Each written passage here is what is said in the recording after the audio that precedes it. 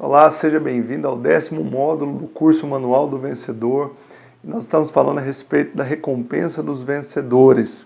E nessa aula eu gostaria de falar a respeito das diferenças entre salvação, ou vida eterna, e o reino, ou recompensa. Mas antes eu queria deixar claro que a recompensa é o reino. Falei isso na aula passada, eu gostaria simplesmente de enfatizar com você, querido. A recompensa que nós iremos receber diante de Deus é o reino. Então, a Bíblia diz que essa recompensa ela se caracteriza também pela obtenção da coroa e do trono. O que é essa coroa? O que é esse trono? Né? Muitas pessoas talvez pensem que é como se fosse um chapéu esculpido ou uma cadeira que você vai sentar. Não, querido, não tem nada a ver com isso. Na verdade, a coroa é simplesmente uma posição no reino de autoridade e de glória.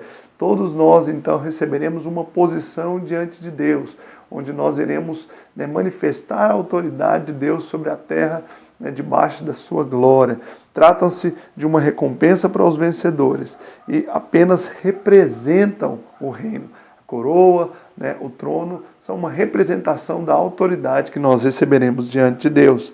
Agora, quais são as diferenças entre vida eterna e reino? Entendemos que a vida eterna ela é recebida uma vez que nós somos salvos, mas o reino ele é recebido uma vez que nós realizamos obras de justiça diante de Deus. Eu queria pontuar melhor essas diferenças para ficar bem claro para você. Primeiro, a recompensa é para o milênio, mas a vida eterna não tem fim. Então, a primeira distinção entre vida eterna e o reino é o tempo de cada um. Como o próprio nome diz, a vida eterna será para a eternidade, mas o reino será um tempo de 1000 anos somente após o julgamento e a vinda de Cristo. Quando ele vier na sua glória, ele julgará o seu povo, julgará os crentes, e os vencedores irão reinar e os derrotados serão disciplinados por Deus. E os crentes vencedores irão reinar durante 1000 anos com Cristo. Essa é a principal distinção. Mas logo após virá a vida eterna, onde nós estaremos na Nova Jerusalém, onde a totalidade do povo de Deus estará unida junto ali para viver sob a perspectiva da glória de Deus. Então a primeira diferença é com relação ao tempo. O reino é milenar, durante 1000 anos. A vida eterna não tem fim. Segundo, a vida eterna é pela fé, mas a recompensa é por obras. A palavra de Deus mostra que nós somos salvos pela fé. Você recebe a vida eterna quando você confessa Jesus como Senhor e Salvador da sua vida. Quando você crê de todo o coração.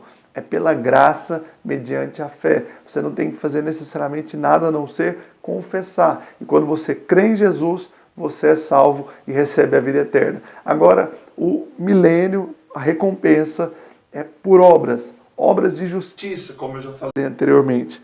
Então, a segunda diferença é pelo método como é obtido. É a salvação pela fé, mas o reino por obras. Aqueles que realizaram obras de justiça, que viverem uma vida piedosa diante de Deus, reinarão com Ele.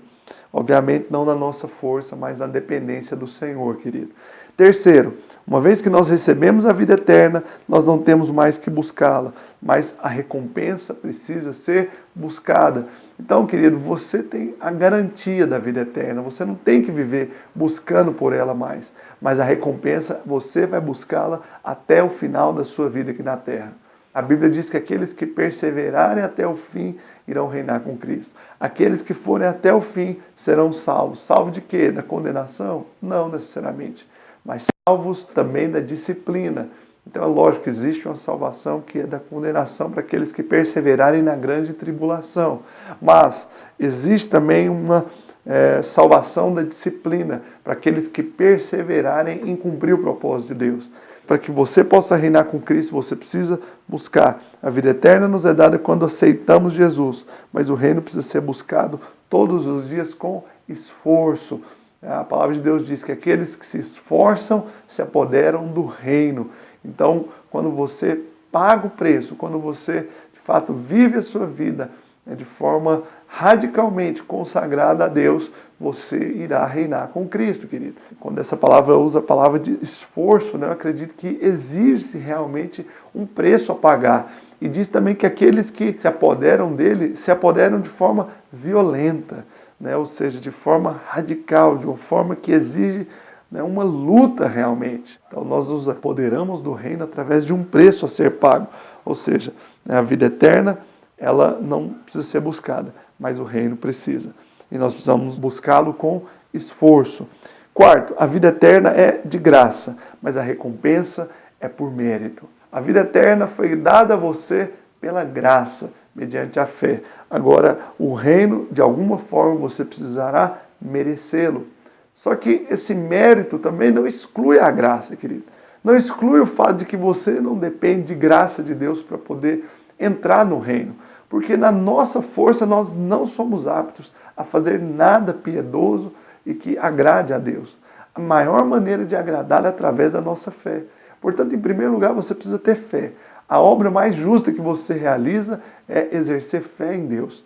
E uma vez que você crê, obviamente isso se estenderá a obras também. Mas a quarta diferença aqui, então, reside na maneira como Deus trata o reino e como Deus trata a vida eterna. A vida eterna pela graça, a recompensa é por obras. Mas obras de fé, obras que dependem da fé. Romanos 6,23 diz que a vida eterna é uma graça gratuita, ou seja, você não tem que pagar nada por ela. E ela é dada por meio do Senhor Jesus para todos aqueles que creem nele. Lá diz que o salário do pecado é a morte, mas a vida eterna é o dom gratuito. O que é o dom? É um presente que Deus nos dá. Todos nós recebemos um presente da parte de Deus, que é a vida eterna, no dia em que nós o aceitamos como Senhor e Salvador das nossas vidas. Agora o reino já é diferente. Então o reino depende se alguém pode ser batizado em seu batismo e pode beber do seu cálice. Jesus disse isso para a mãe dos filhos de Zebedeu. Certa vez, quando ela pediu para que os dois se assentassem, uma à sua direita e uma à sua esquerda, e Jesus disse para ela, olha, eles podem até se batizar com o meu batismo, e pode até beber do cálice que eu bebi. Na verdade, Jesus fez uma pergunta para ela.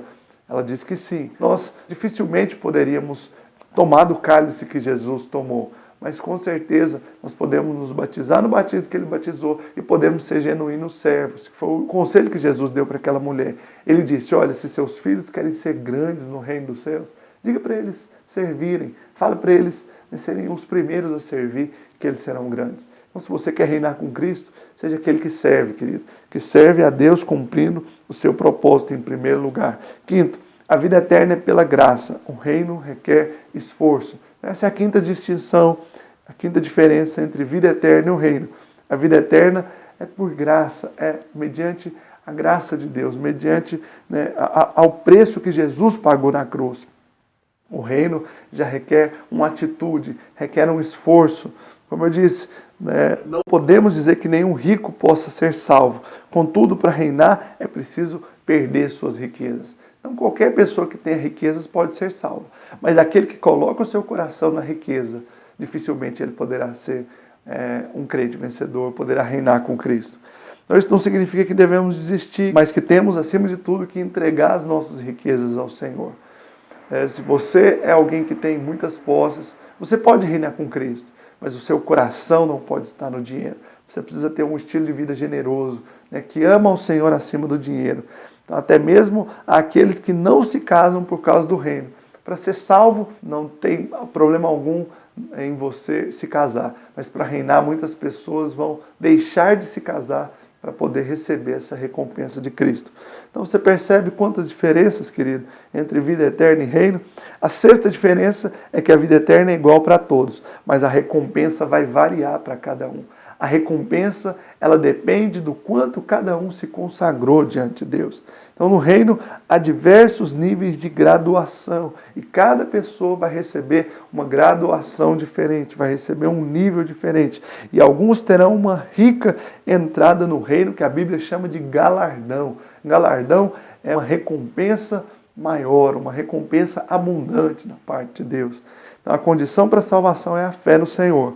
Além da fé, não há outra condição. Mas a condição para o reino é você realizar obras justas. É você, de fato, se doar por inteiro. E por isso podemos dizer que cada um vai receber uma recompensa diferente. E a Bíblia diz também que os vencedores serão arrebatados, como eu já disse. Nem todos serão arrebatados, somente os vencedores. E a volta de Jesus, como já foi dito, também acontecerá em 2 momentos. E quando ele vier na primeira vez, ele vai arrebatar né, os crentes vencedores. Apocalipse 3,3 diz: lembra-te, pois, do que tens recebido e ouvido, guarda e arrepende-te, porquanto se não vigiares, virei como ladrão, e não conhecerás de modo algum em que hora virei contra ti, querido. Então a Bíblia diz que o arrebatamento será a volta de Cristo, onde ele virá como um ladrão. E como que se dará esse arrebatamento? Simplesmente ele virá, uns ficarão e outros virão. Eu te pergunto, se você soubesse que um ladrão viria à sua casa, né, para roubá-la, como você agiria? Com certeza você iria vigiar a noite toda, talvez você ia chamar a polícia, você ia fazer o possível para que aquilo não aconteça. Da mesma forma, a Bíblia diz que o arrebatamento será como a vinda de um ladrão, que virá logo após a grande tribulação. Portanto, nós precisamos estar vigilantes, querido, se nós queremos ser arrebatados. Mateus 24:29 diz: logo em seguida a tribulação daqueles dias, o sol escurecerá, a lua não dará sua claridade, as estrelas cairão do firmamento e os poderes do céu serão abalados. Então aparecerá no céu o sinal do Filho do Homem. Todos os povos da terra se lamentarão e verão o Filho do Homem vindo sobre as nuvens do céu com poder e muita glória. Aqui já se refere à segunda volta de Cristo. Logo depois do arrebatamento, virá a segunda volta. Eu espero que você já não esteja aqui para ver essa segunda vinda de Cristo, será gloriosa, mas para os crentes derrotados. Então o arrebatamento será antes da grande tribulação, enquanto a volta de Jesus será no fim da grande tribulação. A volta às claras será após a grande tribulação. E na sua volta todos o verão, haverá muitos sinais que o precederão, porque será no final dos 3 anos e meio da grande tribulação. Como eu já falei, então, o arrebatamento será somente para aqueles que estão vigiando e mantendo constante alvas as suas vestes diante do Senhor. Então são para aqueles que decidiram viver a sua vida consagrada a Deus. Lá em Lucas 21 diz: acautelai-vos por vós mesmos, para que nunca vos suceda que o vosso coração fique sobrecarregado com as consequências da orgia, da embriaguez e das preocupações desse mundo, e para que aquele dia não vos sobrevenha repentinamente como um laço. Que dia é esse? O dia do arrebatamento, o dia da volta de Cristo. Então, querido, que você possa nesses dias ser guardado por Deus, que você possa nesses dias fazer a vontade do Senhor, para que você não seja pego desprevenido, sem vigiar, seja pego sem ter um coração consagrado realmente ao Senhor, porque o Senhor virá e Ele levará consigo os crentes vencedores. Então entenda, uma coisa é ser parte do corpo, outra coisa é ser participante das bodas, que é a volta de Cristo, o arrebatamento. Uma coisa é ser salvo, outra coisa é ser vencedor. Uma coisa é ter a vida eterna, outra coisa é receber a recompensa do reino. Entenda essas distinções e com certeza você irá viver a sua vida na perspectiva correta, com o objetivo de ser um vencedor. Que Deus abençoe tremendamente a sua vida. Espero que você tenha compreendido esses princípios. Talvez algumas coisas eu falei um pouco rápido. Se você não entendeu, retorne a aula, assista novamente para que você possa compreender. Que Deus te abençoe e na próxima aula nós continuaremos falando sobre esse assunto. Eu te espero lá.